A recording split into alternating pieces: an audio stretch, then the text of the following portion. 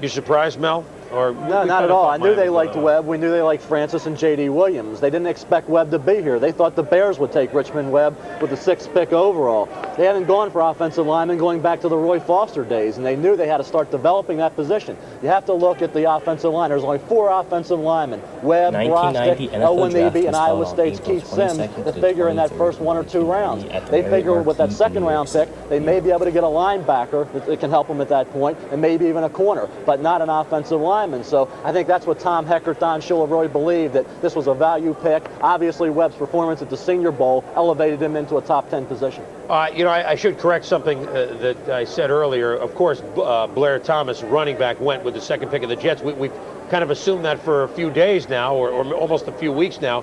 So we said mistake that no backs had gone. But there could be 6 others who could go in this first round. And so now teams drafting from here on down will get a heck of a value at the running back spot. I mean, we're talking Emmitt Smith of Florida, the junior that came out, Harold Green from South Carolina, Rodney Hampton from Georgia, the Thompson twins. They're not twins, but we're going to call them that. Anthony from Indiana, Darrell from Minnesota, and an up-and-comer named Steve Broussard, interesting player from Washington State. I mean, we could have 7 backs before it's out. Now, the Raiders, with Bo sitting there, aren't necessarily going to be team that's going to pick a running back. I got to guess on the Raiders, I'm going to go Percy Snow, inside linebacker. Well, Tommy? One of the things is when you talk to the Raiders, the Al Davis philosophy has always been, I like the best guy potentially out there, the best athlete potentially. I think this is a very difficult pick to guess at.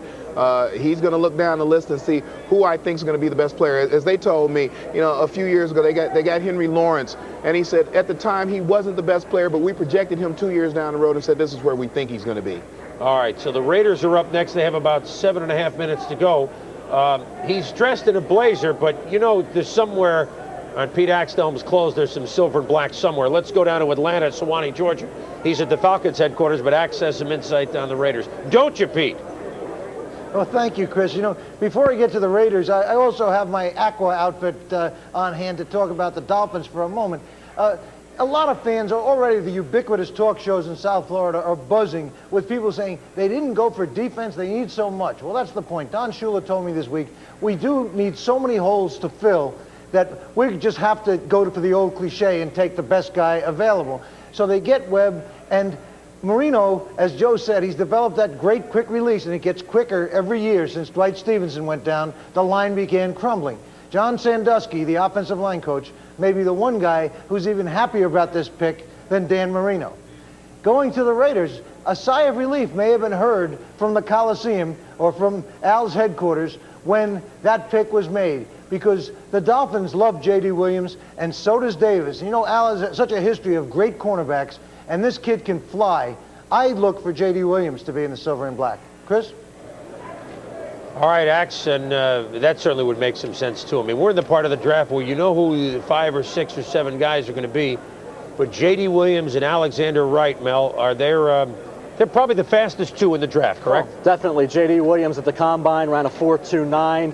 You're talking about Alexander Wright, the wide receiver from Auburn, ran a 4.27 recently, making him slightly the fastest. Williams is the fastest defensive back in the draft. Would make sense at this point, as would Lamar Lathan or James Francis. They need linebackers. Last year, they ended the season with Thomas Benson, Lyndon King, and Jerry Robinson at linebacker. So they have several options. If they did opt for Williams, they would have 2 of the fastest defensive backs at cornerback in the league, with Terry McDaniel and, of course, now Williams. All right, here are the Raiders now. The speculation's about to be over. The commissioner with the 11th pick. The Los Angeles Raiders select Anthony Smith, defensive end, Arizona. The next up are the Cincinnati Bengals. Well, now there's a name that may not have been in the next 5 or 6, Mel. He had moved way up. He was a guy who was 254 most of the season. Recently, in the last week and a half, when people were working him out, wasn't 254. He was a rock-solid 270, had retained all his quickness in that box drill that they put kids through. He was grading out tremendously well, and there was a lot of talk. In the update that I did, I had him going to the Dallas Cowboys with the 21st pick overall. He started for 3 years at Alabama, went to 4 bowl games during his career, the last one this season with Arizona. He's a fine football player. Like I said, people were concerned about his weight. He's up to 270 now. See the quickness, made a lot of plays in the backfield. during his career at Alabama and at Arizona. So, not a bad choice for Al Davis, knowing that this kid's best football seems to be coming in the next few years when he's adding that weight and continuing to retain quickness and retain strength. 6'4", 254 from Elizabeth City High School in North Carolina. Had some scope on his knee at the end of the season, but obviously that checks out fine with the Raiders. Tommy, the Raiders going for pass rush. I mean, they love that. They have Howie still there. Well, I think they're going for the pass rush, but I think Mel brings up a good point. This is a kid that, as Al likes to do, that he looks down the road and he says, where is this kid going to be in 2 years? And I think that with the knee cleared up, this kid will be a future star pass rusher for Al 2 years down the road.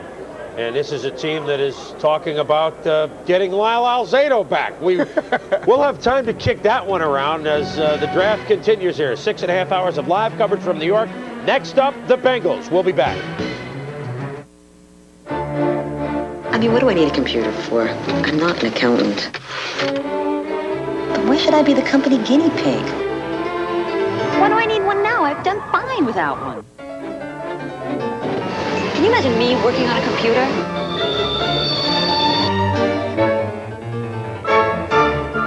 Macintosh has the power to change your mind about computers. The power to be your best. So I was wrong. Michigan City is counting on you. Your 1990 census answers will show whether we have enough schools and daycare centers, enough job training programs and elderly services, suitable roads and transportation systems. The census can help improve life for all of us. Your confidential census answers will help us get money for the programs we need. We're counting on you. Answer the census. It counts for more than you think. Yes, I'm looking for Mr. Johnson. I just bought a tractor from him, and I think I've got a problem. Johnson's in toys. Toys? No, that's not Forget right. the department store runaround. See your John Deere dealer during deer season. We offer all kinds of lawn and garden products and service that just can't be beat. Great products at great savings. See your local John Deere dealer in Crown Point, Lowell, Valparaiso, or Michigan City. Check the yellow pages for the dealer nearest you. Welcome back to New York in the NFL Draft. ESPN's continuing coverage, our 11th year. Good afternoon, I'm Robin Roberts. It's been an interesting draft so far, especially lately. It's gotten very interesting. No doubt about the first pick, of course, being Jeff George, the first junior, one of 5 juniors to be selected so far. George Keith McCants, apparently his old coach Ray Perkins isn't concerned about his knee, picked him 4th. Other juniors, Junior Seau, Mark Carrier, and Andre Ware, the Heisman Trophy winner, going to the Lions. And he's no junior. He is Blair Thomas, the 2nd pick in the draft, going to the New York Jets. How long did you know you'd be going to New York? Not that long. It's been just, a couple hours maybe. You're in an inspirational story. Late in '87, you blow out your knee, miss all of '88. Did you think you could go from there to being the 2nd pick in the '90 draft? Well, I was hoping. When I first injured myself, a lot of people had doubts about me, but I tried to keep a positive attitude, and I think it helped me out in the long run. It seemed to be a popular choice when your name was announced. The fans here went wild. Your thoughts about playing in that New York market? Well, it's going to be tough, but it's a challenge that I think I'll be able to handle. I'm going in there with a positive attitude. They got a new coaching staff and new head coach, so I think it's going to be interesting. What are your thoughts about juniors coming out early? You've seen that 5 have already gone in the top 11 picks. Your thoughts about juniors coming out so early? Well, you can look at it in different ways. A lot of juniors may have financial reasons for coming out, and the others may think that they cannot accomplish anything else in college, that they want to go on to the next level and perform to the best of their abilities. But I don't know what the reasons for these juniors are because I only talked to a couple of them, but they are very talented athletes, and I think they will do well in the NFL. Talking about Penn State, 71 players drafted in the NFL in the 1980s. 71. You're the first one to go in the 1990s. What is the feeling back there at Penn State with all that legacy? It's very refreshing. It's enjoyable, exciting feeling. I'm happy to be in New York at the draft and being selected by the Jets. Well, congratulations, Blair, and good luck with the New York Jets. I know they're happy to have you. And we have the Cincinnati Bengals are up next, and we'll go to the podium. It seems like the commissioner, not quite, But where the clock is running on Cincinnati, checking out the pronunciation, here's the commissioner. The Cincinnati Bengals select James Francis, linebacker, Baylor. Kansas City Chiefs are now up. James Francis, a linebacker from Baylor, did so much in the Southwest Conference. Is the pick for the Bengals. We'll go back now to Chris Berman and the guys downstairs. All right, Robin, thank you. And our congratulations to the young man you've been with, Blair Thomas, who was just an inspiration, as you said, and is going to be one heck of a football player in New York for a long time, or New Jersey if you want to get technical, for the Jets. Let's do it that way. So James Francis, Bengals going defense. They need pass rushing in a needing an outside linebacker who can rush the passer from the outside. You see Francis doing it here against Texas. A good choice. We talked about Francis earlier, maybe to the Bears, maybe to the Raiders. Cincinnati had their eye on Singleton and Francis, thinking one of those two would slide through till the 12th pick. Good move coming up with a guy that I thought was one of the top 10 players in this draft, an outstanding football player. Buck and Seau are undersized, don't give him that great pass rush and that ability at the line of scrimmage. Reggie Williams retired, fills a void, and will upgrade a defense that has to start stopping people so the Bengals don't keep getting into these track meets every Sunday. A couple of scouts telling me that James Francis is a larger Keith McCants, which is pretty scary because we all know how good a player that Keith McCants is being touted as. And as you mentioned, you're talking outside linebacker. Reggie retired, and this is their situation at inside and outside linebacker.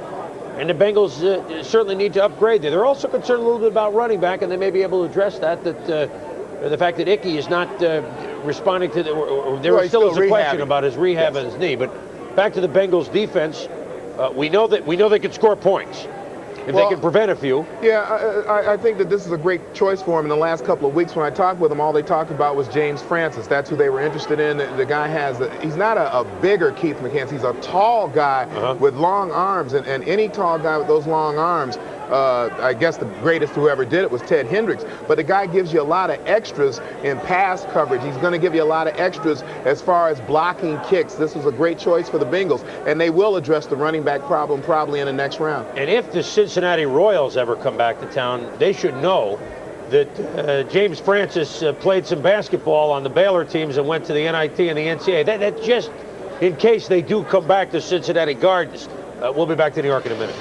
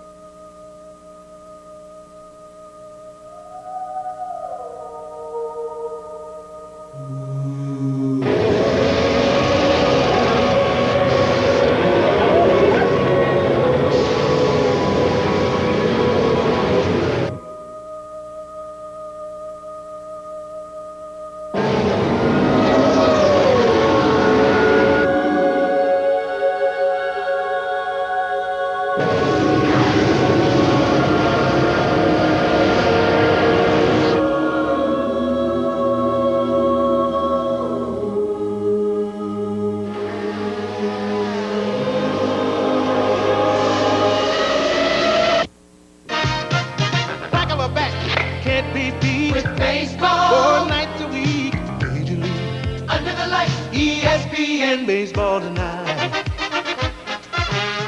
Tuesday, Friday, doubleheader. Wednesday, nothing better. Catch it Sunday, watch the fun. Sunday night, our home run. The National League champion Giants face the Padres on Sunday Night Baseball, live at 8 Eastern on ESPN. Baseball tonight. Back at New York, the next pick is owned by the Kansas City Chiefs, the 13th overall selection. If you think you've fallen asleep, this is not Mel Kiper. This is Dr. Z, Paul Zimmerman from Sports Illustrated. You brought your stack of papers. Anthony Smith, Raiders, that surprised you? Surprised me that he went that high. I think the most incredible story that I've read in the last year is about Anthony Smith. The LA Times had a piece about him. He was dealing drugs when he was 11. When he was 9, he stole a car along with 2 other kids. They ran it up to 100 miles an hour and 2 kids were killed in the car. And by some miracle, this kid was saved. I think a coach stepped in and spotted athletic talent and grabbed him when he was young, and he made it through this terrible nightmare. And he told this whole story in one of the most remarkable interviews I've ever read. And I'm just so happy to see a kid like this, finally make it. It's just incredible. Will he be an impact player right away with the Raiders? Well, he's an undersized defensive end, big linebacker. He's an up-down type, which is a very common position in the NFL now. I mean, they take a linebacker and put him down. Don't worry about pass coverage responsibility, or he's a small defensive end and he just rushes outside upfield. 8 out of 12 defense so far, Zim. Is it time for the running backs to start shooting out here? Kansas City worked out Percy Snow, linebacker from Michigan State, for an hour and a half all by themselves, exclusively at Michigan State.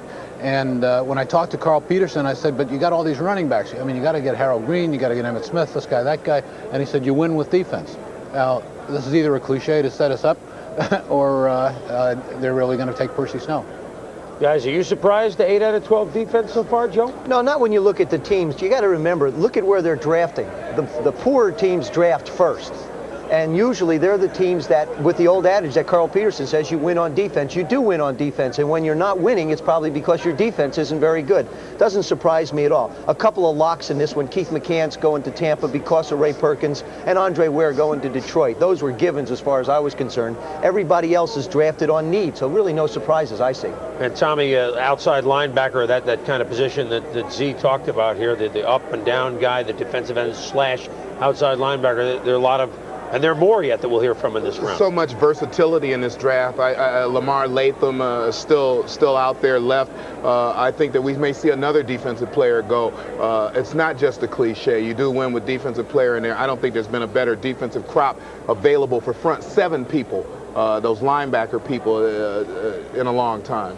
Well, it's a lot of linebackers. A lot of them are juniors, but a senior who is awfully happy is Blair Thomas, we just saw, and actually a rarity at the draft. We understand there's a happy Jet fan after they made their selection. He's with Bino Cook right now. Bino? It's going to go to Chris.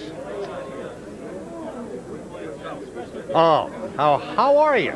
Well, it's Earth Day in New York, all over the world, and when you want pollution, it's up here in the gallery. Andy?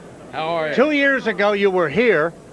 Why weren't you here last year? My wife was pregnant, and she was due around this date. However, this year I'm celebrating my daughter's birthday by picking Blair Thomas for the Jets. Are you happy with the pick with Blair Thomas? Absolutely, and I'm also happy that we got Bruce Coslett, who I believe is the second coming of Vince Lombardi. The Jet fans, who would you pick in the second round if you were general manager? If I was general manager, I'd try to take Scott Mitchell from Utah. What do you think the Jets have to do this year to win? In other words, why do you think they lost in previous years? Well, injuries were a big factor, and play calling. Hopefully the new regime will take us to the Super Bowl. Okay, so why do you do this? You got here early this morning, you live in Cherry Hill, New Jersey, you grew up in Brooklyn, which means that's why you're a little wacky. But why do you come to this? Because it's the green machine for the Jets. We love them. Are you basically happy with the Blair Thomas? In other words, would you have gotten mad? Would there been a riot if somebody else would have been picked? Absolutely. Okay, that's it. Back here up in the gallery. Back later now to Chris Berman. All right, hats off, Bino, to you and the Jet fans up in the gallery. When we return, the Kansas City Chiefs are on top with the 13th pick. Stay with us. We go above and beyond just like you, above and beyond what we have to do, caring for what's special to you. I'm a Prudential representative, and what's really important to me when I go into someone's home is to help them save money on their homeowner's insurance, because I know I'm a homeowner too. Taking care to protect what's important to you, the Rock, the Prudential, above and beyond. It's just a pure and natural beer for you. So icy cold, so crisp, so clean for you. Of all the beers that are cold filtered, only one has that distinctively clean, crisp taste. Budweiser, cold filtered and Beechwood aged for over 110 years. This Bud's for you. All right, we're back in New York, and we understand that the Chiefs have made their selection. They have not made their selection. 4 minutes and 45 seconds and counting to make their 13th selection. And Z, you were talking about linebacker, talking about Percy Snow. Linebackers are something that Carl Peterson has drafted, and has drafted well. With the Eagles, Jerry Robinson became a Pro Bowler for him back in drafted in the late 70s under the Vermeil days. Mike Johnson in his USFL days with the Philadelphia and the Baltimore Stars. Pro Bowl, an all-star. Well, he's been a Pro Bowler when he came over to the NFL, the Cleveland Browns. And Derek Thomas, who he drafted last year, linebackers. So Carl likes linebackers. Mills. And Sam Mills. I knew there was a fourth. That's him. Well, that's he likes them. So obviously that's where you're looking. Obviously, Carl has a feel for linebackers. That's a rumor start. That's a rumor, right? Yeah, I mean, I have no reason to believe that he would lie about something like that. If they love Snow, fine. When they wait this long, usually people are on the phone with them trying to deal the pick. He said if his guy wasn't there, he might trade down. What about a running back, though? Did they do that? They got the smaller guy. Well, they got the big guy, of course. Well, they got the pick of the litter. He likes Emmitt Smith. Rodney Hampton. His stock has gone up greatly in the last week or so, and I know if they don't take him, New Orleans is looking very seriously at Rodney Hampton. Joe, the Chiefs? I think they're going to go offense. I mean, the reason why, you're in a situation where we're talking about running backs, we're talking about linebackers. This draft has a lot of both of them. They're going to pick 40th pick after this one. So you see, they do need the speed merchant, obviously. They've got to solidify the safety positions because they're not sure with Deron Cherry, and their strength at outside linebacker. But also, you still have to take into consideration, they've traded for Steve Pallor, so they traded that pick. Now they've got Steve DeBerg. They're going to need some help to take the pressure off of Christian Okoye. They don't want him to carry the ball as much as they have. So I believe that Rodney Hampton could be a good, or an Emmitt Smith. But you know, one name I almost forgot. When I was mentioning running backs to Carl Peterson, one name that he dropped on me, which surprised me, was the other Smith from Indiana, bigger guy. The other Thompson, right? Anthony Thompson. Twins, I'll be okay. He liked the power. He liked the dedication. He liked that kind of a back for Okoye. And I said, well, you got another one like that. You got Saxon. If you saw the said, previous you video never from have too many of these big tough Indianapolis guys. Colts. All right, we've got about 2.5 minutes left for the Chiefs selection. Maybe some insight all the way from Seattle. Let's go to Kevin Kiley out there. Kevin, what do you know? Or rather, at San Diego. I'm on the right coast at least. Kevin, what do you think with the Chiefs? Well, at the Senior Bowl, I was speaking with the head coach of the Kansas City Chiefs, Marty Schottenheimer, and I asked him about the transition from college football to professional football and what was the most difficult thing for a young player, and the answer was very interesting. He said the way the player handled his unsupervised time, the way he handled his new, rather large, expendable income, and also how he handled the adulation of being an NFL player. He said those things were key to finding a successful National Football League rookie. So I think what you'll see from Kansas City is whether they go offense or defense, they'll go for a quality person, a good player, but a quality person. Back to you. All right, Kevin, thank you. So the Kansas City Chiefs are next, followed by the New Orleans Saints. Remember, only 25 selections in the first round because 3 of the teams, the Cowboys, the Cardinals, and the Denver Broncos, used their first-round picks, if you will, last year in the supplemental draft. Dallas for Steve Walsh, Rosenbaugh, the quarterback, going to Phoenix, and Bobby Humphrey, the running back, going to Denver. So only 25 first-round picks this year.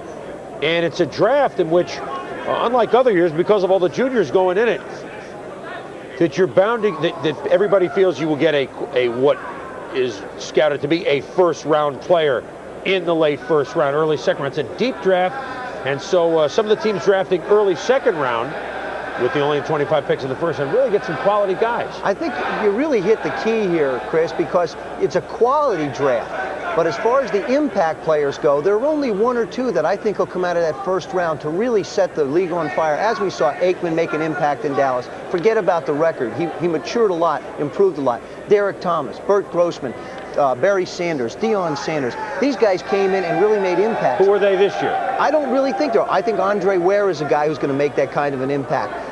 Blair Thomas, it depends on how well they adapt to Bruce Coslet's system there. Junior Seau, again, depends upon the system in San Diego. Keith McCants, Tampa Bay, depends on how they adapt. I don't necessarily see the standout stars in this draft, but the quality is definitely there, second round, third round. So the Chiefs, the clock has run down on them, and they have made their selection. The Kansas City Chiefs select Percy Snow, linebacker, Michigan State. The New Orleans Saints are now up. Well, Zim, at least they don't waste those individual workouts. It's not just for show. Well, they're paying those scouts by the hour. Their time is very expensive, so they got to get their money's worth. And Percy Snow is he and Lamar Lathan, the head of the class as far as inside backers goes, from Canton, Ohio. So he certainly knows where the Pro Football Hall of Fame is. Winner of the Dick Butkus Award, the nation's top linebacker, a Big Ten Defensive Player of the Year, 94 solo tackles, 163 overall, had 19 the game against Notre Dame. So he's a classic inside backer for George Perlis, who everybody really had touted as a guy who would be in the NFL for a long time. Yeah, he looks like a 4-3 inside linebacker, middle linebacker. I don't think you really should go too high on 3-4 inside linebackers, because it's like the strong side guy. There's a 40% position. He plays the first two downs and then sits out, or plays the first down and sits out. Yeah, so you can get those strong side inside pluggers in the second round. Inside backer to the Chiefs. You like it, Tom? Well, I wasn't quite as high on Percy as a lot of people. I mean, he's a tremendous inside, strict middle linebacker, but like Z says, a lot of times that means the guy's going to only play first down. He's only going to play second down, and I think a lot of times with people moving, with that trend seeming to move toward that run and shoot and stretching the football field, the guy might not be as effective for you simply because he's not on the field. Yeah, but Tommy, I really believe that what you have to do in this particular, when you're drafting inside linebackers, you can't project them anymore as inside 3-4 linebackers. These kids have to be projected now as possible middle linebackers. You need the 4-down lineman to put some kind of pressure on the passer. You got to get the ends upfield. If they're going to throw those short passes, the guys have to get up the field, get their hands up. So we're seeing a swing back now to the 4-down linemen, 3 linebackers. I like them. I liked him when we did the Gator Bowl a couple years ago, Michigan State, Georgia. I thought he was an outstanding football player. And again, I think it's a need pick, and Kansas City's going to do very well by it. Spartans, once again, with a first-round selection. 7 in the last 7 years. The Michelin Man, Tony Mandarich, Andre Rison, Lorenzo White, Mark Ingram, Anthony Bell, Carl Banks, now Percy Snow. We'll be back. Another linebacker.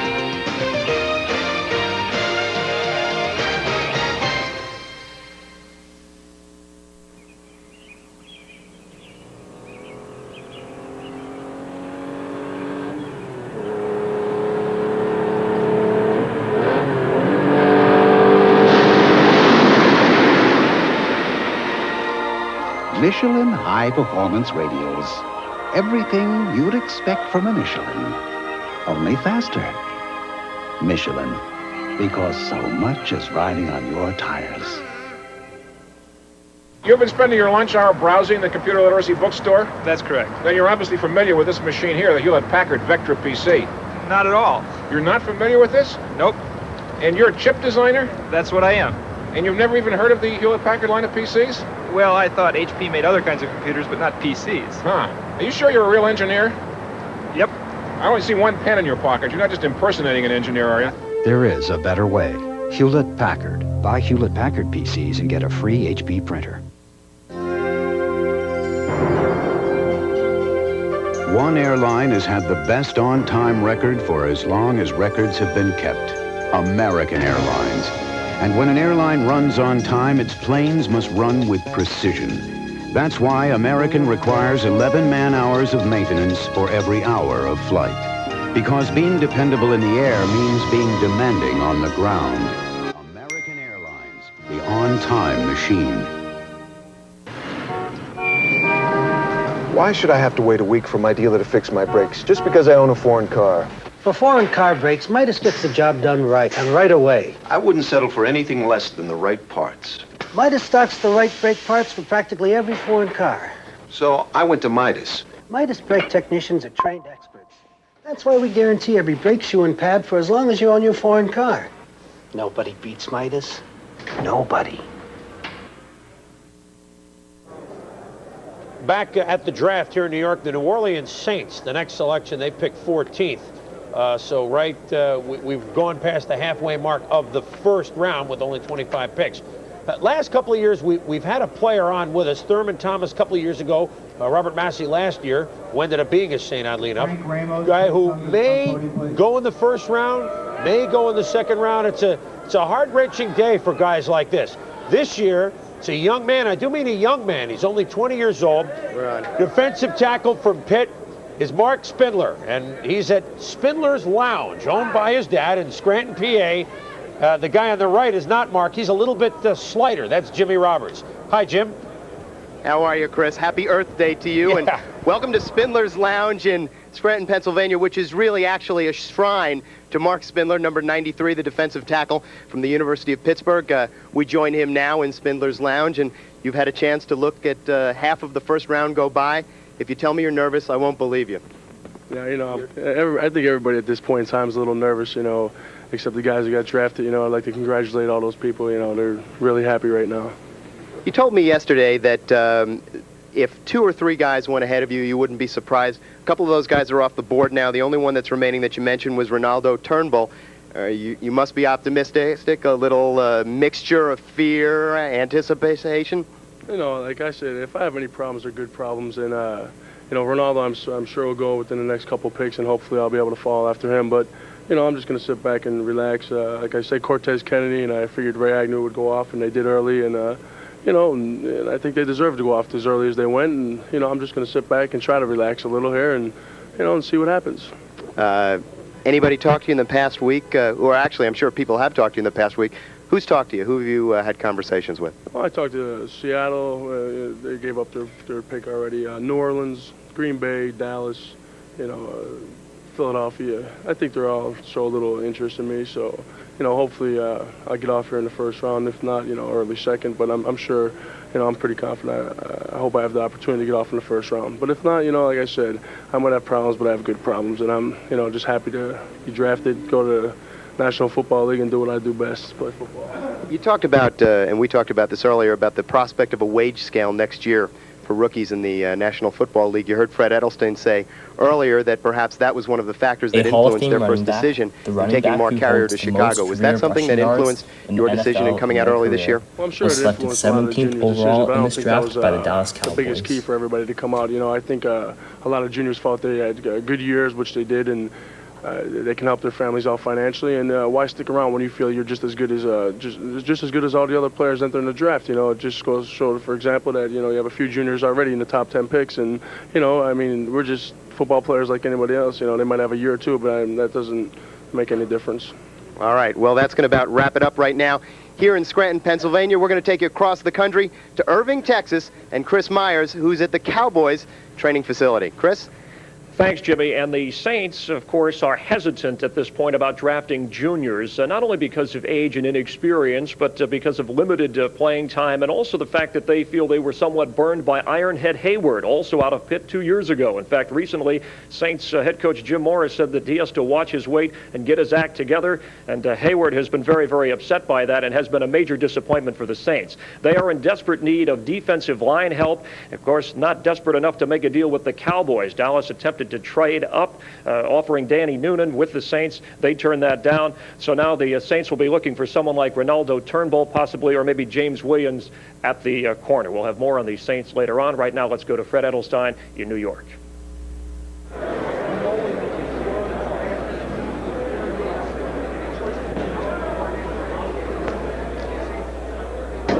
The Saints have decided to take Ronaldo Turnbull. So I think we're going to see it pretty soon, but it looks like Ronaldo Turnbull will go to the Saints. My goodness, a man of few words, Fred Edelstein. I guess all he said Our was sources Ronaldo have told us Turnbull, that right? Ronaldo Turnbull, born in the Virgin Islands, is next, and we'll find New out. Orleans Saints select Ronaldo Turnbull, defensive end, West Virginia. Of course, Joe, I got to give you the nod. You had it The too. Houston Oilers are on next. Houston is next, and once again, defense 10-4 now, and Ronaldo Turnbull, 6'4.5", 245, the all-time sack leader at West Virginia with 22. He can't play at 245 in the pros. I think he's either going. This is one of those situations where you're going to have to be able to go up a little bit. And look, you can see the range. You can see his frame. His upper body frame could use about 20 pounds. Make him a little bit stronger. There you see him standing up. Got good leg strength, mobility. The thing about him is that he gets off the ball real well. Plus, he's in a situation where New Orleans needs help at the defensive line. Again, it's a draft pick that really is done by need.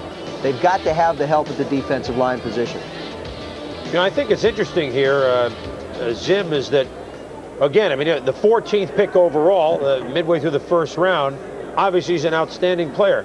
But there are some semi-question marks. Again, here's a guy that has to bulk up a little bit to play a classic defensive end. And you say that that's kind of what we've seen in the first round. Well, to me, this draft is fascinating because your top picks aren't really chalk picks. I mean, the first guy in the draft, Jeff George, half the scouts don't like him. I mean, I'm not talking about liking him as the first pick. They don't like him at all. I mean, our own guy, Mel Kiper, has him the 5th-rated quarterback, and that's the first guy chosen overall. Now you've got Keith McCants, who's projected as an outside linebacker. He didn't play outside linebacker. He was inside. It's a projection. They don't know whether he can do it. It's a recognition position. When he had to do a lot of recognizing in the bowl game, in the Sugar Bowl, he had trouble. Now you've got Junior Seau. He's a pass rusher. He had a bad UCLA game. He had a bad bowl game. He can rush the passer, but can he play regular linebacker well? They think he can, but they're not sure. So you have all these question marks, these projections, these yes but cuts. Well, part of it is that a lot of them are the juniors, so they miss an entire season, senior year. They miss another spring practice, and until it was apparent that a lot of juniors were coming out, scouts and everybody didn't have a chance to even focus in on these guys. So it's both ways. There's less information about some. I would say if there's one word to describe this draft so far, it's gamble. A gamble draft. And it's interesting. You know, it's a crapshoot. I don't agree, Zim. I don't think it's as much of a gamble. Take off your glasses. I will. I'll take off. Okay, I'm coming after you now. I don't necessarily see it as that big a gamble. I think there are projects, but you got to remember now, ever since Plan B came in, the lower round draft picks are guys that they really don't concern themselves with much anymore. They're used to, they'll have them for training camp, and maybe they'll use them later on, and if one guy shows up well on the special teams, we'll keep him around.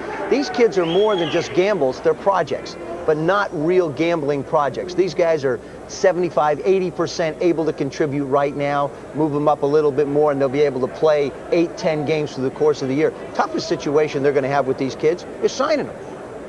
Tommy, the fact that maybe some guys coming out a year early and haven't had the chance, they've maybe played their new position just 1 year. How much will that hurt a guy in the pros? Well, I think it's a bit of a gamble. We talked a little bit about it yesterday, just in private discussion, but maturity is an important part of professional football. Not only physical maturity, which most of these guys have, but emotional maturity. Those guys are missing, in essence, 11 games that they would have had in college, and they are coming in without that, and the people who are drafting them without being able to see them play those extra 11 football games. And you have to wonder, I mean, physically they can handle the rigors of the pros, but maybe mentally. That's what's worried a lot of the scouts as well. Will they be as accomplished? You know, they don't have the junior and senior years under their belt. We'll continue this discussion and more in a moment.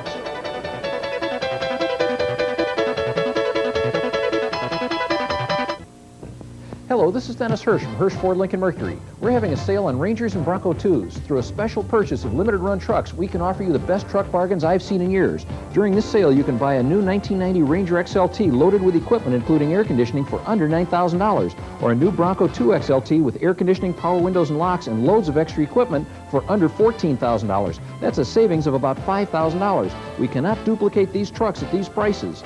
Another way to buy the best for less from Hirsch Ford Lincoln Mercury. The advantages are yours at Sun Appliance Television and Audio. We make customer satisfaction our #1 priority. We provide the largest selection of name brand items with the guaranteed lowest prices, prompt professional delivery with our own crews, and a selection of credit plans tailored to meet your needs. Low-cost extended service plans, and of course, your complete satisfaction is always guaranteed. That's Sun Appliance, your hometown superstore with locations in LaPorte, Valparaiso, Michigan City, and Goshen. The high-speed fender-banging battles of a short track make it anyone's race. And both of them spin! And Jeff Bodine takes the lead. NASCAR's first Union 400, Monday night, only on ESPN. Back live here in New York at the NFL Draft. We are awaiting the pick of the Houston Oilers with pick number 15. And we're on till 6:30 tonight. We'll be followed by SportsCenter with Bill Patrick and the one and only Tom Mees. At 7 Eastern Time, baseball tonight. The hour version, Dave Marish, Ray Knight, Peter Gammons. Then our live Sunday night baseball game tonight. The San Francisco Giants, the defending champions of the National League, go into San Diego, who they finally beat last night. John Miller, Joe Morgan, all the action. That's at 8 Eastern Time tonight. And then Sports Center at 11 follows with Bob Lee and Dan Patrick, including the conversation with Deion Sanders, one of the big picks last year, and of course now a member of the New York Yankees as he's in the offseason from the Atlanta Falcons. Joining us now, we're happy to have with us the number 1 selection overall in the draft, quarterback Jeff George, new member of the Indianapolis Colts. Now you're a guy that you started college ball at Purdue, looked at Miami and Florida, end up in Illinois. You're finally going home, and you have a feeling you're going to be there for a while. Did you ever think that was possible? Well, deep down, I always knew that I had the ability to play and I had the confidence. But it's a dream come true to go back home and play in Indianapolis, and I feel really fortunate to play for a ball club like that. Tell me about your trips to several different schools. Why, and do you think you did the right thing? Oh, I know I did the right thing. I wouldn't be here today if I didn't. And things work out for a reason. I was fortunate to play under a great coach at Purdue, Leon Burnett, and decided after he left, decided it was my time to leave. A kid comes out of high school and you pick a college because of the coach, so it wasn't the right place for me. Decided to go to Miami after that because I knew that I wouldn't be on scholarship if I wasn't on if I stayed in the Big Ten. So I didn't want to put my parents through that ordeal, and deep down I always knew that I wanted to play for Illinois, and I told my parents that, and that's the kind of support that I had. They said it's wherever you're going to be happy at, and Illinois is where I wanted to be, and here I am today. The Colts, when did you have an idea that they were in it for good? Did they contact you maybe a month ago, 2 months ago? Well, I held 3 workouts prior to this, and I guess I impressed them at that time. But all along I was hearing from New England Patriots quite a bit, and the Indianapolis Colts. So it really didn't matter to me where I ended up. I feel really fortunate now that I'm playing back home in Indianapolis, and it's a dream come true for me. Joe? Jeff, you get some feeling like you're out there alone. Andre Rison's gone, number 1 pick last year. Chris Hinton's gone. Eric Dickerson, who knows? Gone's going to stay. We're not sure. And when Jim Irsay said, we would like to have Eric Dickerson behind Jeff George, sounds to me like it's your job. Right now, you've got to lay the responsibility of the success of the Indianapolis Colts on your shoulders. What's it feel like? Well, I don't put that added pressure on myself. I'm going out playing a game that I really love and enjoy playing. And if I'm fortunate to be the starter for the Indianapolis Colts, that'll be great. But it's a job that I want to earn. They have 2 good quarterbacks right now, and Jack this Trudeau draft and Chris is Chandler. often remembered for and being a part it's their job right now, and I'm going to have to beat them out. So I don't put the added pressure on me to be in the same backfield as a talent like Eric Dickerson. That'd be great. I'd feel really privileged and honored to play with him. But he has his own reasons for what's going on, and I'm not really familiar with that case. Has it sunk in yet? I mean, are you still sort of floating around this room? I mean, all the media, all the television exposure. I mean, has it really sunk in? I am the number 1 pick of the NFL draft of the '90s. I don't think so. I don't know when it will sink in. It's really a dream come true. I'm blessed, and the man upstairs is watching out for me, and I wouldn't be here today if it wasn't for the University of Illinois. I'm surrounded by a great group of guys on the offense and defense as well, and a great coaching staff.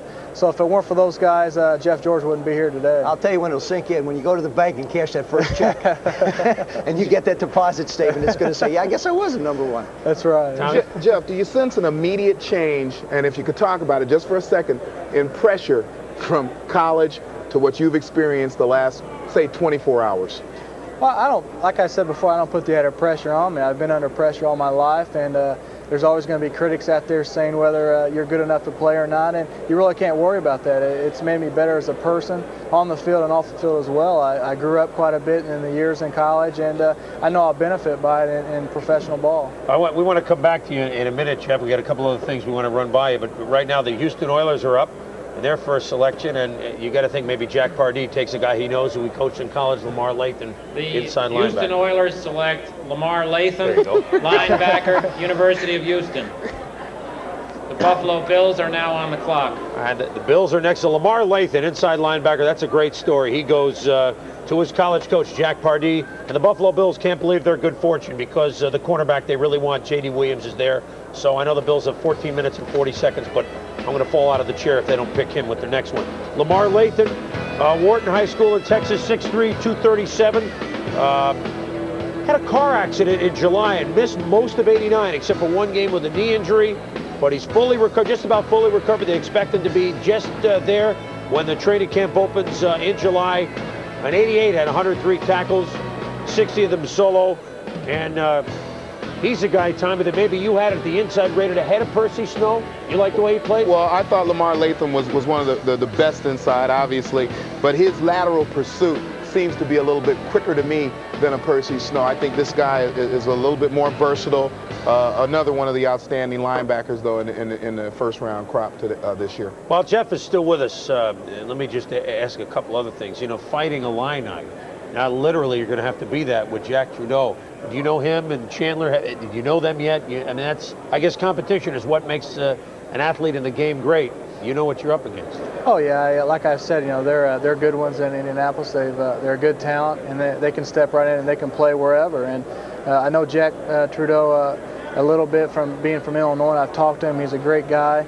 And I haven't met Chris Chandler. I'm looking forward to meeting him. And like I said, they're the quarterbacks of the Colts, and I'm just a third quarterback there, and I'm just ready for the challenge. Well, we knew that you would be ready because already the pro set cards, I don't know if you can see this, we have you as a Colt. They were ready in case you were an Atlanta Falcon, and they have you ready in case you're a New England Patriot. So I want to present this one to you. Wait a minute, let me get the right one here. This card right here, Colts. Congratulations, it's yours. Well, thank you. That's I guess it's starting to set in now. When you have a card on your own, reality's starting to set in. All right, Jeff George, Indianapolis Colts. Thanks. Good luck in your career in the NFL. We'll be back here in New York in a moment. Thank you. I want one of those. No matter where in the world you find yourself. All right, back in New York, 11 defensive players, only 4 offensive players drafted thus far.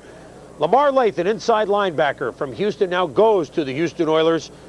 This is a man that's had a dream of a little bit more than just playing pro ball this year. Here's Chris Myers. Can the NFL draft help a crack-addicted mother of 2? Lamar Latham thinks so.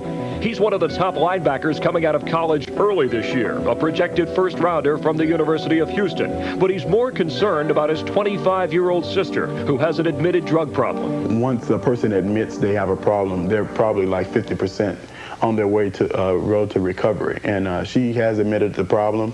She's toned down her activities lately, you know, and that's a positive thing, and that signifies that she really wants help. How would you describe the relationship between you and your sister? She's always been I guess my big brother and my big sister. You know, she's taught me a lot of things, and you know, we were very close. You know, it was just my mother, her, and myself, and that really makes the family really close knit.